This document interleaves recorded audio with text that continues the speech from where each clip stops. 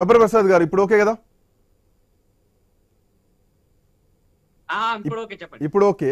గతంలో Congress party LP TRS పార్టీలో ఆనాడు కేసీఆర్ విలీనం చేసుకున్నారు. ఇప్పుడు సేమ్ సీన్ మళ్ళీ తెలంగాణలో కనిపిస్తోంది. టిఆర్ఎస్ ఎల్పీ మొత్తాన్ని కూడా కాంగ్రెస్ పార్టీలో కలుపుకుంటాం, ఖచ్చితంగా గేట్లు ఎత్తేస్తాం అన్నారు, ఎత్తింది కనిపిస్తోంది. కేకే తర్వాత వరుస పెడుతున్నారు కడియం గాని. ఆ తర్వాత ఈరోజు నమ్మిన వ్యక్తిగా ఉన్నటువంటి పెద్ద ఆయన కేసీఆర్ కు పోచారం శ్రీనివాసరెడ్డి సైతం ఈరోజు కాంగ్రెస్ పార్టీ తీర్థం పుచ్చుకున్నారు. ఇంకెంతమంది వస్తారు ఏంటి పక్కన పెడితే ఇక్కడ ఆత్మ పరిశీలన చేసుకోవాల్సినటువంటి అంశాలు ప్రధానంగా ఏంటి? ఉద్యమ తెలంగాణ, బంగారు తెలంగాణ, యూటీ బీటీ 2 బ్యాచ్లు టీఆర్ఎస్ లో ఉంటే బీటీ బ్యాచ్ మొత్తం మళ్ళీ రివర్స్ వెళ్ళిపోతుందా? ఉద్యమ బ్యాచ్ ఏమైపోతుంది? కేసీఆర్కి ఆఖరికి మిగిలేది ఎవరిని నమ్మితే ఎవరేం చేశారు? ఇప్పుడు ఏం జరుగుతుంది? ఆత్మ పరిశీలనలో తీసుకోవాల్సినటువంటి అంశాలు ఏంటి? గేట్లు ఎత్తడం తప్ప, లేదంటే వీళ్ళు పార్టీ మారడం తప్ప, వాళ్ళు పార్టీని కాపాడుకోలేకపోవడం, ఎంతవరకు ఈ పాయింట్స్ ని మనం డిస్కస్ చేసుకోవచ్చు? మీకు అట్నే ప్యానెల్లో ఉండేటువంటి పెద్దలందరికీ, ఐదు ప్రేక్షకులకు నమస్కారం. నీవు నేర్పిన విద్య నీరజాక్ష అని చెప్పి మన ఊరికే చెప్పలేదు. ఖచ్చితంగా కేసీఆర్ గారు చూపినటువంటి బాటలోనే రేవంత్ రెడ్డి గారు నడుస్తా ఉన్నారు. ఎవరైనా పార్టీని బలోపేతం చేసుకోవడం కోసమో చేర్చుకోవడం కోసమో అది పెద్ద తప్పేం కాదు, చేర్చుకోవచ్చు. కానీ గతంలో కేసీఆర్ గారు చేసినటువంటి దుర్మార్గాలను అన్నిటి పక్కన పెట్టి నీతి వాక్యాలు వల్లించేటువంటి పరిస్థితి ఇవాళ ఉండొద్దు. వాళ్ళు పోయిన ఇంకోళ్ళ నాయకుని తయారు చేసుకుంటామనేటువంటి ఆత్మస్థైర్యం వీళ్ళకు ఉండాలి టీఆర్ఎస్ పార్టీకి. అట్లా లేకుండా వీళ్ళు ఏదో నీతి సూత్రాలు వల్ల ఇస్తా ఉంటే నవ్వొస్తా ఉంటది. ఇలా బాల్క సుమన్ పై గోడ దుంకి ఆపితే ఈయన ఆగుతారా? పోచారం శ్రీనివాసరెడ్డి గారు బాల్క సుమన్ పై గోడ దుంకి పోచారం శ్రీనివాసరెడ్డి గారిని ఆపాల్సినటువంటి అవసరం ఏంటంటే ఏమన్నా దౌర్జన్యం చేస్తుండ్రా? పోకుండా అడ్డుకుంటారా? మరి గతంలో వచ్చిన వాళ్ళప్పుడు బాల్క సుమన్ ఎందుకు అడ్డుకోలే? అంటే ఇప్పుడు కేవలం టిఆర్ఎస్ పార్టీ చాలా ఇబ్బందులలో ఉన్నది, చాలా మంది వెళ్ళిపోయేటువంటి అవకాశాలు అనేది స్పష్టంగా అర్థమవుతా ఉన్నది. రెండో మాట ఏమంటున్నానంటే, ఎక్కడైనా తప్పులను ఎదుటి వారి మీద నెట్టి ఒప్పులు విజయాలు మాత్రమే మాయ అనుకునేటువంటి నాయకత్వం సరికాదు.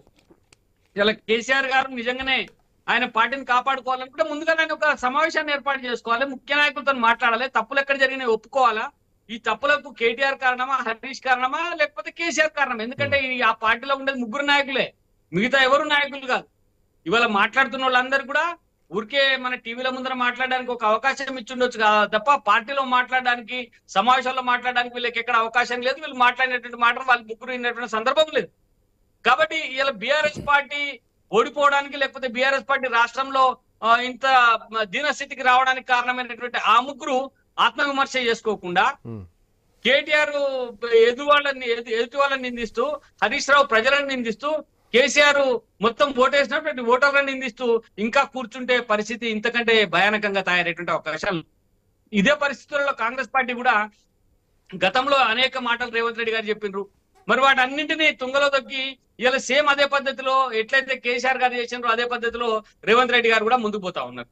మరీ విచిత్రం ఏంటంటే, కాంగ్రెస్ పార్టీలో సీనియర్ నాయకులు ఉన్నప్పటికీ, మన సికింద్రాబాద్ లో ఎంపీగా పోటీ చేసి 2-3 సార్లు ఎంపీగా గెలిచినటువంటి నాయకులు ఉన్నప్పటికీ కూడా ఒక బీఆర్ఎస్ పార్టీ నుంచి వచ్చినటువంటి ఎమ్మెల్యేను బీఆర్ఎస్ పార్టీకి రాజీనామా చేయకుండా, ఎమ్మెల్యేకి రాజీనామా చేయకుండా ఒక బీఆర్ఎస్ పార్టీ ఎమ్మెల్యేని తీసుకొచ్చి ఎంపీ క్యాండిడేట్ గా నిలబెట్టినటువంటి పరిస్థితి ఇలా కాంగ్రెస్ పార్టీలో కనబడతా ఉన్నది. మీరన్నట్టు గతంలో టీఆర్ఎస్ లో ఏ రకమైతే కొత్త వాళ్లకు పాత వాళ్లకు మధ్య ఒక ఘర్షణ వాతావరణం నెలకొని ఉండేనో, కొత్తగా వచ్చిన వాళ్ళకి అన్ని పదవులు అంది వాళ్ళందరూ సుఖపడతా ఉంటే గతంలో పార్టీ కోసం పనిచేసిన వాళ్ళందరూ కూడా ఇబ్బంది పడేటువంటి పరిస్థితి గతంలో ఉండేనో, ఇప్పుడు కూడా కాంగ్రెస్ పార్టీలో సేమ్ అదే పరిస్థితి నెలకొంటా ఉన్నది. కాంగ్రెస్ పార్టీ కోసము 10 సంవత్సరాలుగా కాంగ్రెస్ పార్టీని అధికారంలోకి తేవడం కోసం పనిచేసినటువంటి కార్యకర్తలందరూ కూడా ఇలా ఈ ఆయారం గయారంలను చూసి చాలా వేదన చెందుతా ఉన్నారు. మాకెప్పుడు అవకాశం వస్తుంది, మేమెప్పుడు నాయకులుగా ఎదగాల, లేకపోతే మమ్మల్ని ప్రభుత్వం ఎప్పుడు గుర్తిస్తుంది అనేటువంటి బాధలో వాళ్ళు ఉన్నారు. అయితే నేను ఏమంటానంటే, ఈ చేర్చుకోవడం పెద్ద తప్పు కాదు. నేను వాటిని తప్పు పట్టట్లే. పోచారం శ్రీనివాసరెడ్డి ఎందుకు చేరిండు, రేవంత్ రెడ్డి ఎందుకు చేర్పించుకుంటుండు, వీటి గురించి నేను తప్పు మాట్లాడట్లేదు. ఎందుకంటే ఏ పార్టీ అయినా వాళ్ళ పార్టీ బలోపేతం కోసమో, లేకపోతే ఎదురుంగ పార్టీని బలహీన పరచడం కోసమో ఇలాంటి ప్రయత్నాలు చేస్తారు. గతంలో బీఆర్ఎస్ చేసింది, ఇలా కాంగ్రెస్ చేస్తాం.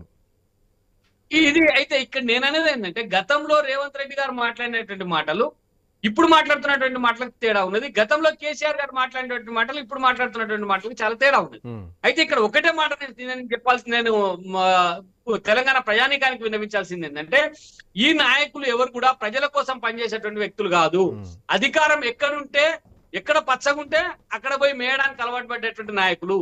వీళ్ళ వల్ల కాంగ్రెస్ పార్టీ కూడా రేపు ఉపయోగం ఉండదు. రేపు కాంగ్రెస్ పార్టీ పోయి మళ్ళీ బీజేపీ లేకపోతే మళ్ళీ ఇతర పార్టీ ఏదైనా వస్తే మళ్ళీ ఈ నాయకులందరూ కూడా అక్కడి నుంచి మళ్ళీ ఇక్కడికి వలస పెడతారు, ఇందులో రావడానికి ఎక్కువగా ప్రయత్నం చేస్తారు.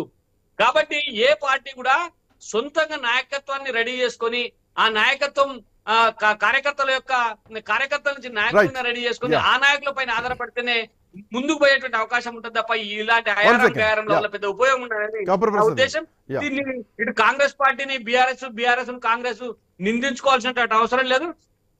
కేవలం వ్యక్తులు మారినారు, వ్యవస్థ మారలే. అప్పుడు ఏ పద్ధతిలో అయితే మా ప్రభుత్వాన్ని నడిపినరో, ఏ పద్ధతిలో అయితే పార్టీని నడిపినరో, అప్పుడు కేసీఆర్ గారు నడిపినరో ఆ బీఆర్ఎస్ పార్టీ, ఇప్పుడు రేవంత్ రెడ్డి గారు కాంగ్రెస్ పార్టీ నడుపుతా ఉన్నారు. ఇంతే తప్ప ఇందులో పెద్ద తేడా ఏం లేదనేది స్పష్టంగా అర్థం.